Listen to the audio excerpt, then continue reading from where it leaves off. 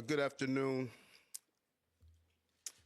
and I'm joined here today by our Chief of Detectives and the Police Commissioner and Chief of Department because we have a strong person of interest in the shooting that shook our city last week. CEO Brian Thompson of United Healthcare was the victim of a senseless act of violence. Our officers have been working around the clock.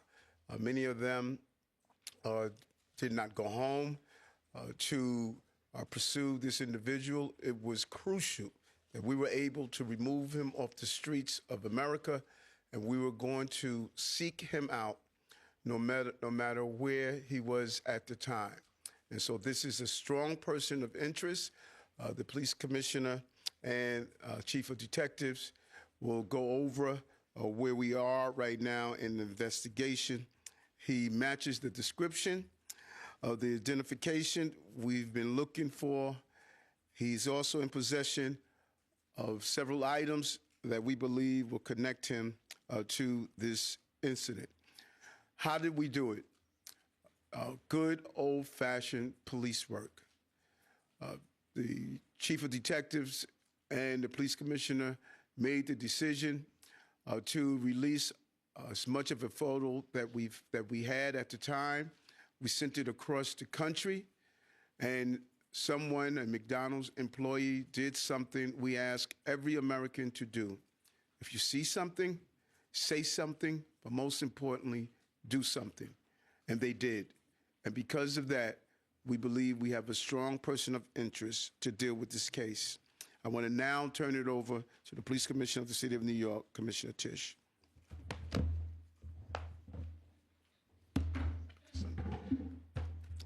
Thank you, Mayor. Good afternoon, everyone. Earlier this morning in Altoona, Pennsylvania, members of the Altoona Police Department arrested Luigi Mangione, a 26-year-old male, on firearms charges.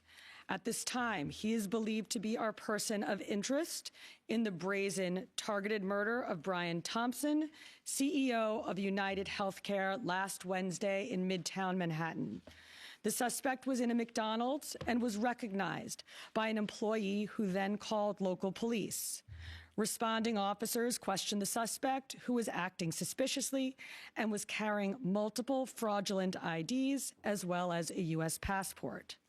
Upon further investigation, officers recovered a firearm on his person as well as a suppressor, both consistent with the weapon used in the murder.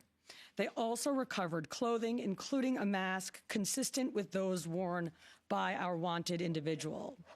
Also recovered was a fraudulent New Jersey ID, matching the ID our suspect used to check into his New York City hostel before the shooting incident.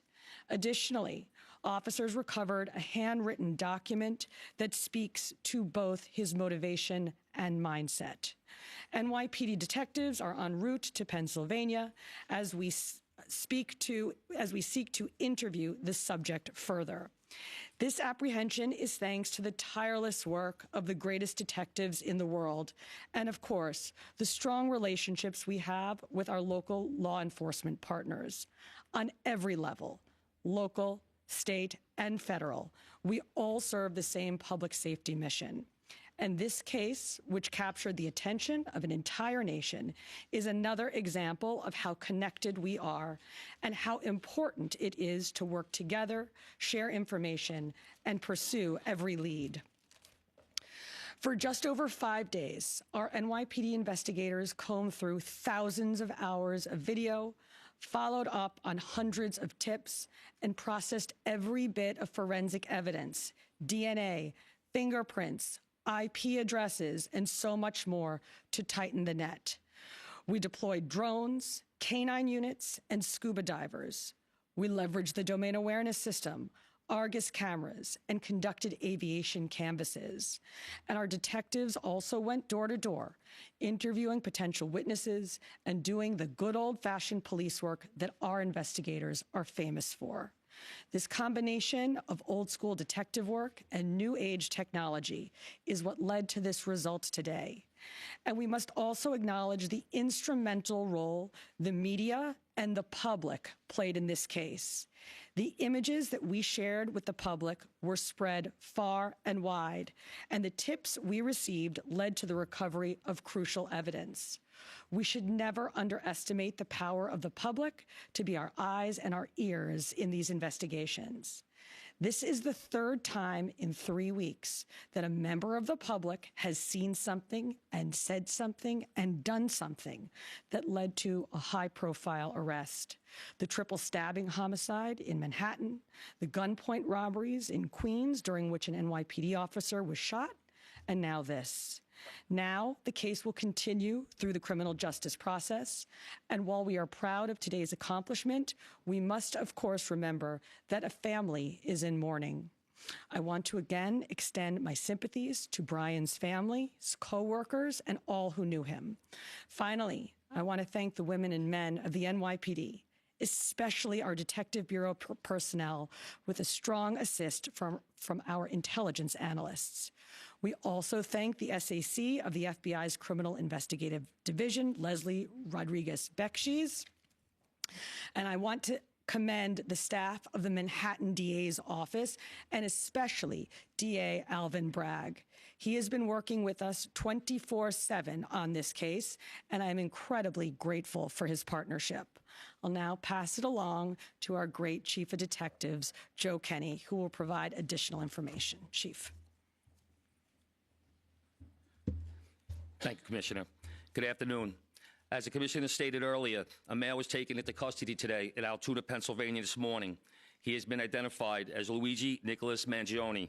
He's a male, 26 years old. He was born and raised in Maryland. We know he has ties to San Francisco, California, and his last known address was Honolulu, Hawaii. He has no prior arrest history in New York. Members of the NYPD Detective Bureau are currently traveling to Pennsylvania with members of the Manhattan District Attorney's Office to interview this subject. This case was brought to a successful conclusion based on the coordinated effort between numerous NYPD units, including the Intelligence and Counterterrorism Bureau, our federal partners at the FBI, the Manhattan District Attorney's Office, and of course, members of the Altoona Police Department in Pennsylvania. On Thursday, one day after this crime was committed, the NYPD released a photo of the shooter in this case. This picture was obtained by the NYPD during one of their extensive video canvasses. We took that photograph and we asked for the public's help in identifying this subject, and the public responded. Hundreds of tips began to pour into our hotline. Each tip was investigated thoroughly, and we began to release additional photographs as they came into our possession. The NYPD provided these photos to numerous media outlets. Local, national, and international outlets released the photo via television, print, social media, and online content. Luckily, a citizen in Pennsylvania recognized our subject and called local law enforcement. Members of the Altoona Police Department responded to the call, and based on their investigation, they notified the NYPD. This investigation is still active and ongoing. Thank you very much.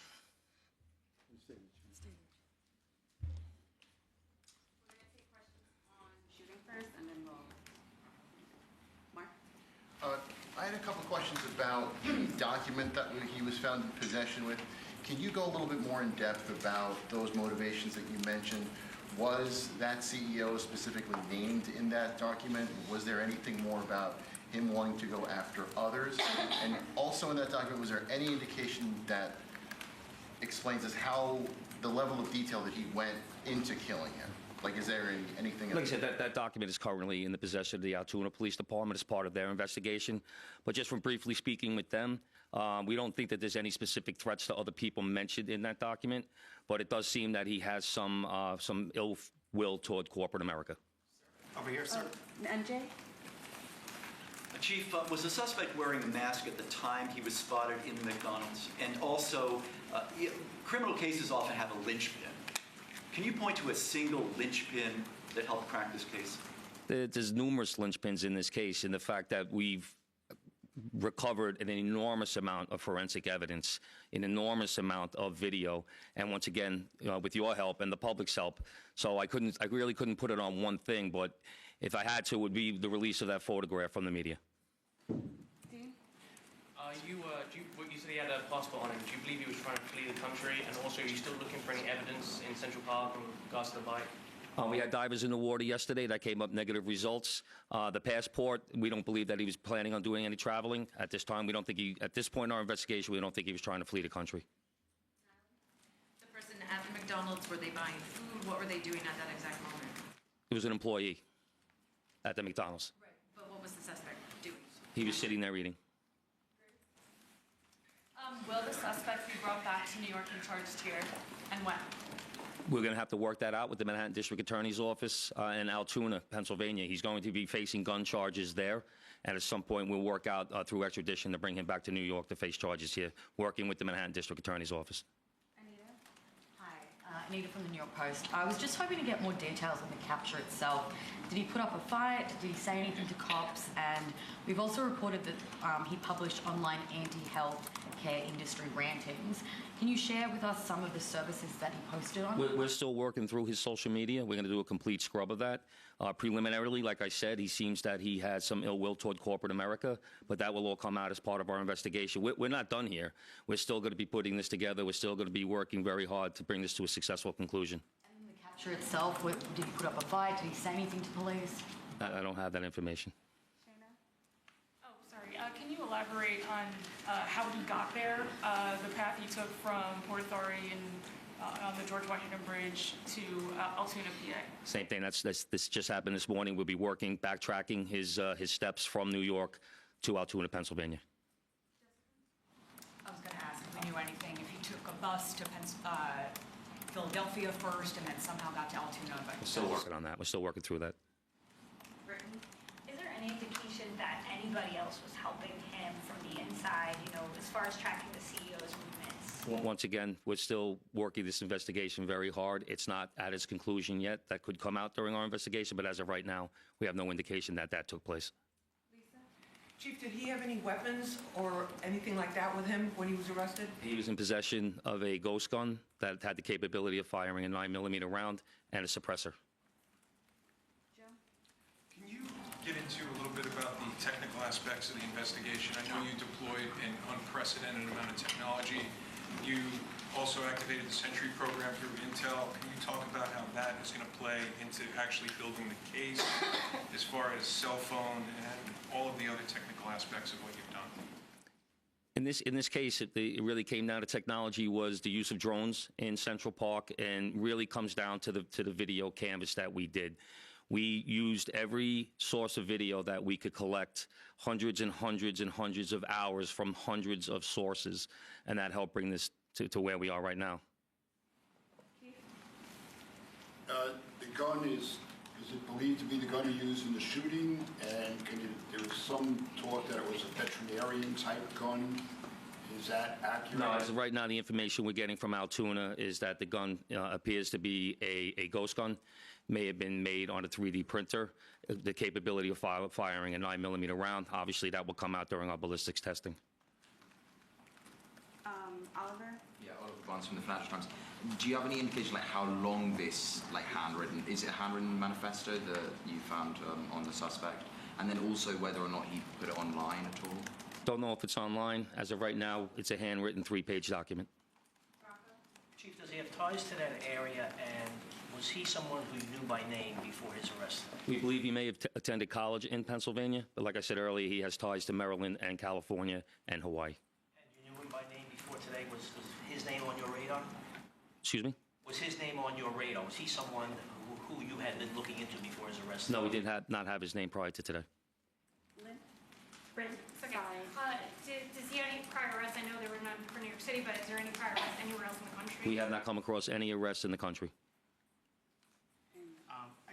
Chief, hi, how are you? On two things. On the ghost gun, is it something you're going to be looking into to see if he made it himself and can he make that himself, or would he have to buy the gun the way it was? No, once again, that'll be part of our investigation as we follow up. I mean, obviously he's going to face murder charges, but is there any chance that he could face any other charges because he was targeting the CEO and because of his writings and other things that we're now finding on him? Potential federal charges or That other determination will be made by Alvin Bragg. Yes, what connections does he have in Pennsylvania that you know of? Are they in Altoona specifically? We believe he attended college in Pennsylvania. Does he know anybody in Pennsylvania? Wouldn't be able to tell you that. All right, we're going to take one more question from shooting Marla, and then we're going to go.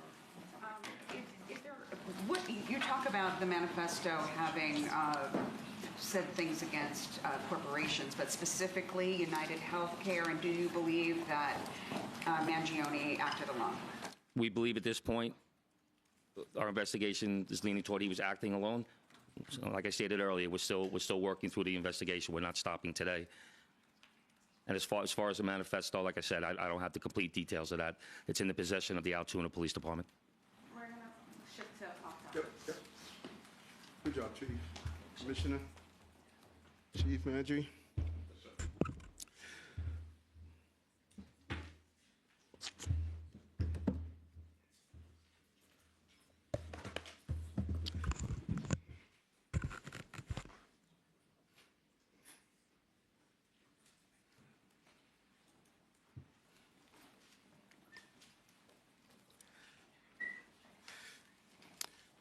Again, great job by the New York City Police Department. In certain aspects of this investigation and the crime itself is something that we have been zeroing in on.